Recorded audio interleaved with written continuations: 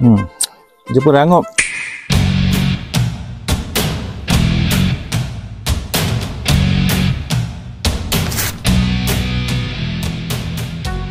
Apakah kelebihan cup ini berbandingkan cup dulu yang Encik tanam?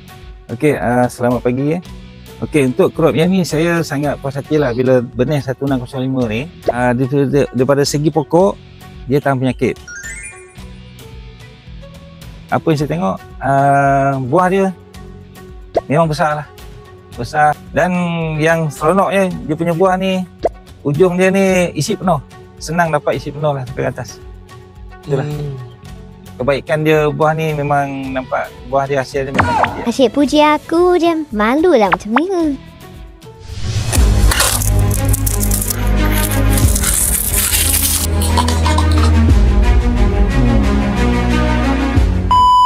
Jumpa rangup. Rangup? Saya suka juga makan mentah macam ni. Pasal dia manis, dia rangup. 18, manis juga, 16-18. Jagung ni sekarang umur dalam 66 hari. Ikutkan besok saya beri tuai. Saya bila dah keluar buah macam ni, saya kurang gunakan racun. Dia sangat crunchy lah. Dia punya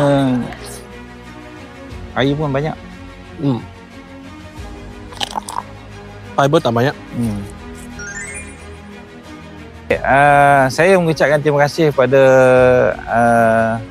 Green Eagle yang telah memberi percubaan kepada saya untuk mencuba tanam benih jenis 1605, di mana benih ni benih yang baru bagi saya lah.